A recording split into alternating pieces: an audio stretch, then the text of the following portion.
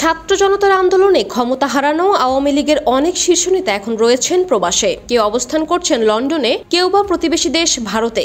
তবে দেশ ছাড়লেও রাজনীতি ছাড়েননি তারা। নানা উপলক্ষকে কেন্দ্র করে একে অন্যের সঙ্গে যোগাযোগ রেখে চলেছেন। কখনো কখনো এসেছেন প্রকাশ্যেও।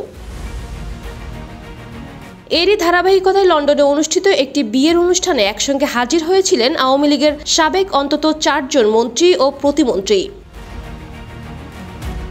যুক্তরাজ্যে আওয়ামী লীগের সাধারণ সম্পাদক সৈয়দ সাজিদুর রহমান ফারুকের ছেলে ফায়াজ রহমানের বিয়ে উপলক্ষে আয়োজিত এই অনুষ্ঠানে লন্ডনের ওটু এলাকায় স্থানীয় সময় রোববার ইন্টারকন্টিনেন্টাল হোটেলে মিলিত হন আওয়ামী লীগের যুগ্ম সাধারণ সম্পাদক ও সাবেক পররাষ্ট্রমন্ত্রী ডক্টর হাসান মাহমুদ।